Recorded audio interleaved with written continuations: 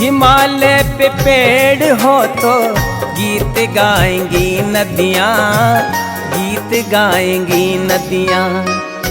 पेड़ों पे चिड़िया है तो गीत गाएंगी नदियाँ। माँ की लोरी जैसे होते हैं नदियों के गीत। जय हिमालय जय भारत। हिमालय लोग यूट्यूब चैनल में आपका स्वागत है और मैं हूं जर्नलिस्ट डॉक्टर हरीशचंद्र लखेड़ा। सबसे पहले आपको भारतीय नववर्ष की शुभकामनाएं। विक्रमी संवत और शक संवत दोनों शुरू हो गए हैं। ये शक संवत का 1945 वर्ष चल रहा है और जो विक्रमी संवत है वो है 2080। जबकि जो हम अंग्रेजी कैलेंडर जिसको कहते हैं, जो हमारे दिनचर्या में या सरकारी कामकाज में जो चल रहा है वो अंग्रेजी कैलेंडर है और उसको आप जानते हैं कि आज 23 मार्च, कल 22 मार्च से जो इस भरतखंड का है उसका नया वर्ष शुरू। और यह वर्ष हमेशा चैत्र शुक्ल प्रतिपदा यानी अमावस के बाद जब शुक्ल पक्ष शुरू होता है तो उसके पहले दिन से ये वर्ष शुरू होता है। बहुत से लोग इस बारे में थोड़ा कंफ्यूज रहते हैं कि ये कैसे चलता है या शक संवत क्या है, विक्रमी संवत क्या है। वैसे भारत में इससे भी पहले बहुत से ये जो वर्ष थे, संवत जैसे हम कहते हैं जिनको, वो चलते रहे हैं। युधिष्ठिर रहा है, सप्तर्षि रहा है, कलयुग रहा है, या अलग अलग राजाओं ने अलग अलग तरीके से चलाए, ये बहुत से चलते रहे। लेकिन मुख्य तौर पर यही दो हैं। दो इसलिए कह रहा हूँ कि जो शक संवत है वो भारत सरकार का एक मान्यता प्राप्त है। भारत सरकार उसी को अपने कैलेंडर में दर्ज करती है। जबकि विक्रमी संवत भारत में, खासतौर पर उत्तर भारत और नेपाल में जो कर्मकांड है या हिंदू या जो और भी धर्म हैं सनातन धर्म से जुड़े, उनमें पूजा पाठ या उनके जो पर्व, धार्मिक जो त्यौहार, इस तरीके के जो भी आते हैं हमारे त्यौहार, सब कुछ वो इसी से माने जाते हैं। इस बारे में डिटेल से बताने से पहले आपसे अनुरोध है कि हिमालय सभ्यता पर केंद्रित चैनल हिमालय लोग सब्सक्राइब अवश्य कर दीजिए। ये जो विक्रम संवत है वो अंग्रेजी कैलेंडर से 57 साल आगे है। यानी हम आज की तिथि है, आज है 2023, इसमें हम 57 साल और जोड़ देंगे तो वो हो जाता है 2080। तो इस समय हमारा जो विक्रम संवत है वो चल रहा है 2080, यह वर्ष चल रहा है। और जो शक संवत है वो 78 साल पीछे है इससे। यानी हमें इससे जो 2023 से इसे 78 साल घटा देंगे तो ये हो गया 1945। तो शक संवत 1945। और यदि हम इन दोनों में देखें अंतर, शक संवत और विक्रमी संवत, दोनों में 135 वर्ष का अंतर। अब ये शुरू कैसे हुआ? यानी 135 साल पहले विक्रमी संवत शुरू हो गया था।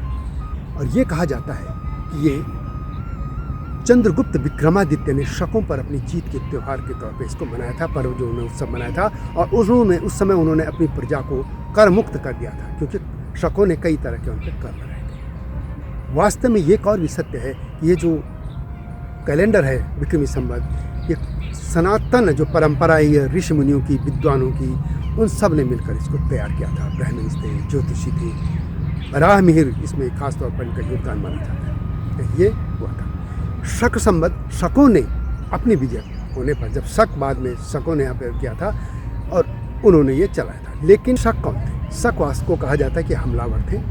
और बाद में वैसे वो पूरे जो समाज था, भारतीय समाज, उसमें ऐसे खुल मिल गए कि उनका पता नहीं चलता। तो ये इस तरह के ये दो चले और भी चलते रहे। युधिष्ठिर के ज़माने में भी है, सप्तर्षि भी है, और भी बहुत है। लेकिन हम उनकी अभी ये बात कर रहे हैं भारतीय उसमें। अब जब भारत आज़ाद हुआ तो ये बात थी कि यहाँ पे एक भारतीय कैलेंडर भी तो होना चाहिए, क्योंकि अभी जो ऑल ओवर वर्ल्ड में हम कहें तो वैसे अंग्रेजी के हिसाब से हम तिथियाँ तय करते हैं। छुट्टियाँ या हमारे गवर्नमेंट के जितने भी काम होते हैं सब अंग्रेजी तिथि से होते हैं, जिसमें जनवरी, फरवरी, मार्च, अप्रैल वगैरह महीने आते हैं। और जो हमारे भारतीय महीने हैं वो है चैत, बैसाख, जेठ, आषाढ़, सावन, भादौ, इस तरीके से आते हैं। अब उसमें यह था कि दो मुख्य तौर पर ये हमारे पास कैलेंडर थे। भारत के आज़ाद होने के बाद 1955 में एक कमेटी बैठी थी, रिफॉर्म कमेटी, कैलेंडर को लेकर। उन्होंने ये तय किया कि शक संवत को इसमें मान लिया जाए। यदि हम देखें तो वैसे भी जो शक संवत है वो सिर्फ सरकार के कैलेंडरों में ही वो दर्ज होता है। वो व्यावहारिक तौर पर कहीं भी वो यूज में नहीं होता है, क्योंकि जो भी अधिकतर है, खासतौर पर उत्तर भारत में, जो भी चाहे त्यौहार हो, पर्व हो या शादी विवाह के धार्मिक पारिवारिक सामाजिक कार्य या जो त्यौहार हैं पर्व हैं सब जो है विक्रमी संवत से तय होते हैं। अब विक्रमी संवत में क्या था? विक्रमी संवत में यह है कि जो इसके महीने चलते हैं वो चलते हैं चंद्रमा की गति से। चंद्रमा यानी एक शुक्ल पक्ष से और दूसरे जब वो दूसरा शुक्ल पक्ष होगा शुरू तभी महीना होगा। जबकि जो पूरा साल होता है इनका वो चलता है सौर पे, यानी पृथ्वी जब घूमती है इसमें। अब इसमें क्या होता है कि कुछ दिन ये 354 के आसपास दिन होते थे किसमें? चंद्र वाले में। तो उससे वो मलमास और अधिमास आ जाए। जो चंद्र वर्ष है उसमें 354 का एक साल होता है। तो आपने देखा होगा कि हर 3 साल में एक अधिमास मलमास जिसको कहते हैं वो आ जाता है। और इस तरीके से फिर वो जो सौर वर्ष होता है उसमें 365 दिन होते हैं। तो इस तरीके से वो बैलेंस हो जाता था 3। यदि आप भारतीय जनजीवन में देखेंगे कि दोनों वर्ष चंद्र वर्ष और सौर वर्ष दोनों का महत्व है। क्योंकि जितने भी अधिकतर हम ये कहें कि जो भी धर्म के जो त्यौहार हैं पर्व हैं ये आते हैं चंद्रमा से। जैसे होली पूर्णमासी में खेली जाएगी, इस तरीके से और भी है। लेकिन सौर वर्ष को मुख्य तौर पे ये माना गया था। इसमें ज्योतिष का जो आकलन होता है, गणना होती है, वो सब इसी में होती है। तो ये बहुत ही साइंटिफिक जो था जो कैलेंडर था। लेकिन जो भी रहा हो उन्होंने शक संवत को सरकार ने मान लिया, आधिकारिक तौर पर उसको मान लिया। हालांकि उसकी कहीं भी अब वो प्रैक्टिकल में नहीं है। बस ये है कि साउथ के कुछ स्टेट्स में उसके काम होते हैं। ये दोनों में भिन्नता थी और दोनों ही चैत्र मास से शुरू होते हैं। दोनों के महीने एक जैसे हैं। अब थोड़ा सा और बता देते हैं, अंग्रेजों से पहले यहूदियों का भी एक कैलेंडर बसता है। यहूदी भी चलाते हैं जो मुख्य धर्मों की बात। और इसी तरह इस्लाम में भी, इस्लाम में है हिजरी कैलेंडर। ये कि 16 जुलाई 622 ईस्वी को जब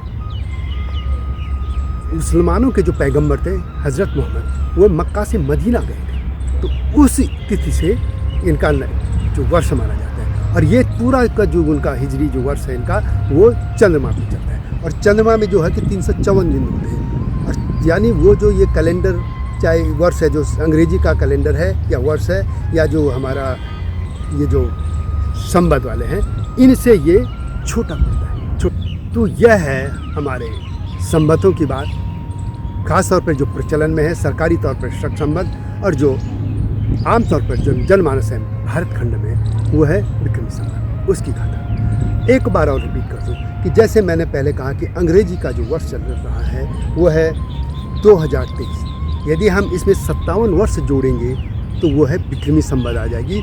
2080 चल रहा है वर्ष, यानी वो उससे बड़ा है, पहला है, पुराना है। कितना? 57 साल विक्रमी संवत अंग्रेजी कैलेंडर से। लेकिन शक संवत जो है वो 78 साल छोटा है, यानी उसके 78 साल बाद शुरू हुआ था। और ये भी ये कहते हैं कि जो अंग्रेजी वो था वो ईसा मसीह जो से जीसस उनके जन्म के 4 दिन बाद से उसको माना जाता है। और ये जो है 2023 में से हम 78 को घटा देंगे तो ये जाता 1945। तो शक संवत नहीं चलता है। तो लोगों की शिकायत रही है कि ये कौन सी मानसिकता थी कि जो अपने को छोटा कमतर दिखाया गया, जबकि इसे शक संवत दिया गया, जबकि विक्रमी संवत होना चाहिए। लेकिन साइंटिफिक तरीके से या जो ज्योतिष की गणना है, काल गणना, उसमें जब ये पूरी तरह से एक्यूरेट है, सही है विक्रमी संवत, तो उसको ही प्रमाणिक तौर पर भारत का कैलेंडर बनाया जाना चाहिए था। लेकिन पता नहीं वो कौन सी मानसिकता थी, आज़ादी के बाद हम कह नहीं सकते।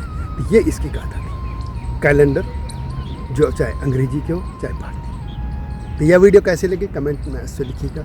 और हिमालय सभ्यता पर केंद्रित इस चैनल को सब्सक्राइब करना न भूलें। अगली वीडियो की प्रतीक्षा कीजिए। तब तक जय हिमालय, जय भारत।